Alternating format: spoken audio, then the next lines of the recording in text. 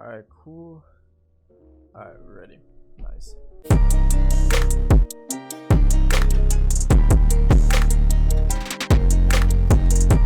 Alright, what's up guys, it's Shadow. We're back for another tutorial video. This week we're going to be covering how to make a Brakence type beat. Alright guys, before we hop into the video, can we try to get 25 to 50 likes? That's going to be the goal for this week. Alright, let's get right into this, guys.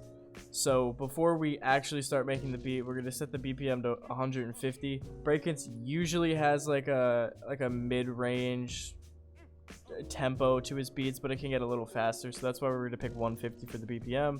And before we start, basically the whole vibe of Brakence type beats is guitar loops, sort of like melancholy, sometimes depressing, sometimes happy guitar loops, and then you want to combine it with really hard 808s and kicks. That's the main thing with Brakence type beats is his 808s are really unique. They're really hard to get down, but that's what you're going to want for the Brakence type beat. So starting off with the sample, I went on Looperman. I got this sample right here. Alright, the sample sounds like this.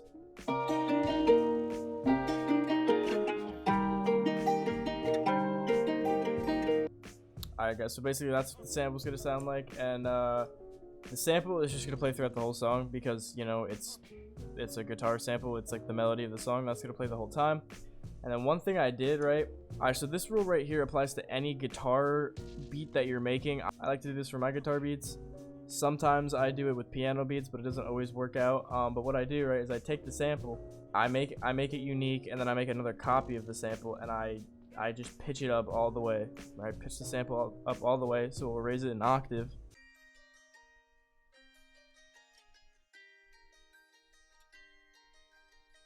Alright, and it's quiet because I have it EQ'd, but basically it's just gonna, you know, add another layer to your beat that's really gonna make it sound more full, and I think it layers well with you know, the original sample. So yeah, that's gonna run for the whole beat as well. Now we're gonna move on to the clap. Alright, so starting off with the sound selection, we have this chemistry hi-hat from the Gucci kit. I have this clap that I don't actually think I ended up using, but it's here. I have this clap. And if you're wondering where I got this clap from, it's from this Ultimate Boom Bap drum kit. I'm pretty sure I just got it off of like a Reddit drum kit. But yeah, that's the clap. And then we have this other hi-hat. I layered two hi-hat patterns. The loops that I went over already. This dead kick from the Gucci kit. The Mafia 808 also from the Gucci kit. This generic hi-hat from the Gucci kit. And then this snare, I'm pretty sure this is also from the Gucci kit. Primarily I use the Gucci kit for this video. Like I said, the clap it's usually pretty unique in Brakence type beats. It usually has unique claps or just unique sounds in general. So try to get experimental with what you're doing, but mainly the clap. You want the clap to be, you know, different. This doesn't sound like a traditional clap that you'd use in like a trap type beat, you know? Alright, so now that we're done with sound selection, I'm going to start with the first pattern in the drums, which is the clap. The clap is always really simple for every beat.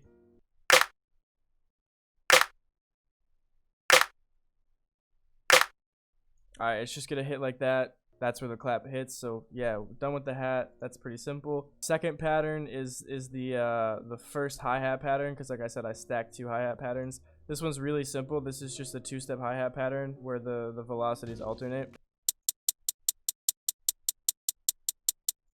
Like I said, really simple. You're just gonna throw this on. This is gonna loop throughout almost the whole beat.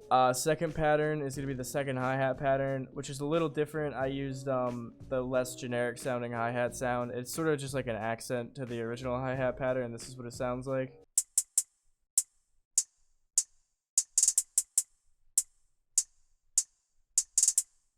And you know, you could really make any pattern you wanted for this. You don't even have to have 2 layers of hi-hats. I just did this because I thought it sounded good. And you know, I'm kind of just giving you guys an insight onto my creative process. If you want to copy this pattern and put it into your beats, go ahead. If you want to, you know, get more creative, make your own patterns, go ahead. Alright, moving on past the hi-hats, now we have this generic open hat.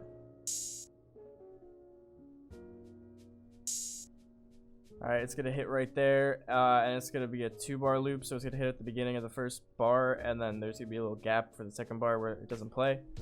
And then we have this little, I guess, roll. It's like a snare roll, but I kind of just added it as like almost like a percussion noise. But basically, you know, it just hits at the end of the 4th bar, or at the beginning of the 4th bar, and it's going to sound like this. Again, not that crazy. Yeah, it's just a little clap, a little snare roll. All right, guys, now we're gonna get little bit more complicated. Not that much more complicated, but this is the kick pattern. And really, you want the kick pattern hits like almost like a standard, you know, guitar type beat pattern. But like I said, the kicks are harder, and you sort of want the kick to hit anytime that there's a space in the melody where they're not really playing a lot. That's what I noticed that Brakence does. So I'm just gonna play the pattern. You guys can hear what it sounds like.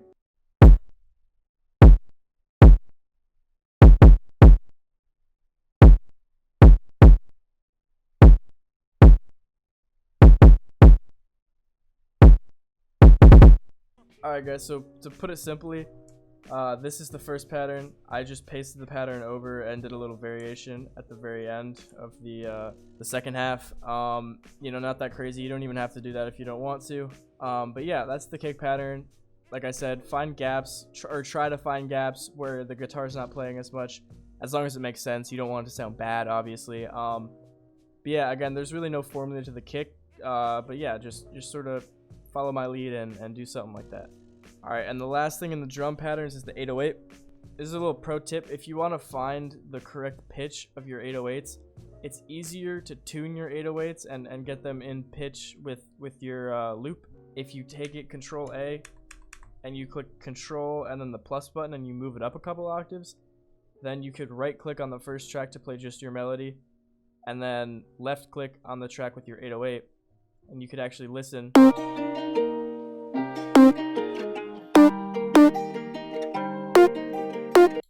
You could listen to your 808 pattern in a higher octave. You know, I don't really know the science behind it, but just in a lot of tutorial videos I've seen, they say raise your 808s a couple octaves when you want to tune them, because it's easier to hear the tone, I think maybe is the right term, when you're pitching them. But basically, yeah, I just had this 808 pattern.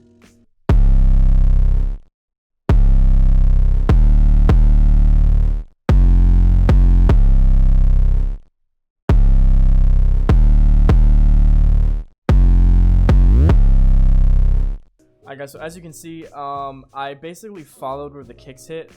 You basically, for the 808 pattern, to make it really easy, just copy and paste your kick pattern and then paste into the 808 pattern. And then if the kick hits like one after another, you could remove the second hit in the 808 pattern to sort of give the kick room to breathe. But as you guys can see, I basically made the pattern go up as it progresses. This is really the main pattern, and I just copy and pasted it over here, and the only variation I did is this little slide note. To do slide notes, you just click this little button right up here, and then it'll make it slide from the previous note to the next note, basically. So guys, that's the 808 pattern. Not too crazy, like I said.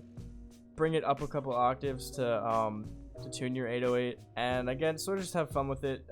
With Brakence type beats, he sort of combines like high pitch and low pitch 808 notes. That's why I had the slide, and I had the actual pattern start from a lower note and raise up to a higher note. Alright guys, now that we're done with the drum patterns, we're gonna get into the structuring and like little things I did in the mixer channel. Alright, so I'm gonna start off by saying the kick I have routed to channel 6 and the 808 to channel 5, and what I do in any beat where I want to sidechain the 808 is I select the kick channel, and then I basically click this little arrow on the 808 channel. Boom, there you go. I don't know if that's like the professional way to sidechain. I watched a lot of tutorials though, and this pretty much has the same effect. So yeah, that's what I did here. I put a soft clipper on the kick, and I put another soft clipper on the 808 pattern, and for the 808 I used a fruity fast distortion. It's just the regular heat preset, and I brought the distortion about halfway down, because this is what it sounds like without it. It sounds like this. So when you add the distortion, it sounds a lot more like a Brakence 808. I had the melodies, the melody loops tracked to 9 and 10, and basically for the main track I just EQ'd a little bit of the high end out, and then a little bit of the low end out, or a little bit more of the low end out, so that you can leave room for the 808s to play. And then for the higher pitched melody, I took a lot of the low end out, and this is basically the this is the second EQ for the intro where I like sort of like sweep it in. But yeah, I basically took a lot of the low end out so it's not clashing with the original melody, and it's also going to be more quiet because it's just sort of an accent to the original melody. Alright, so for the structuring of the beat, the intro is 8 bars. It's just a little 8-bar intro. This is going to drop right away. And the first verse is, or the hook is 16 bars. And then the first verse is 16 bars. The hook again, 16 bars. Second verse, 16 bars. And then a 16-bar outro. I usually go for 16 for each one. You know, I don't think that's like professional, quote unquote, or the best way to do it, but that's how I do it, and it works out. So the only thing I do for a little bit of variation is I drop out the clap. Usually in the after the first 8 bars, I'll drop it out for 2 bars. And then I'll bring it back in and I just repeat that. And then for the verse, I dropped everything out besides the hi-hat pattern, so it's going to sound like this.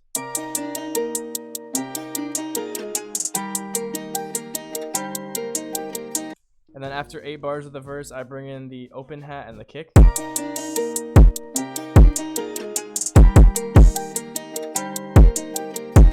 And then once the 16 bars are over, it's going to drop back into the hook again.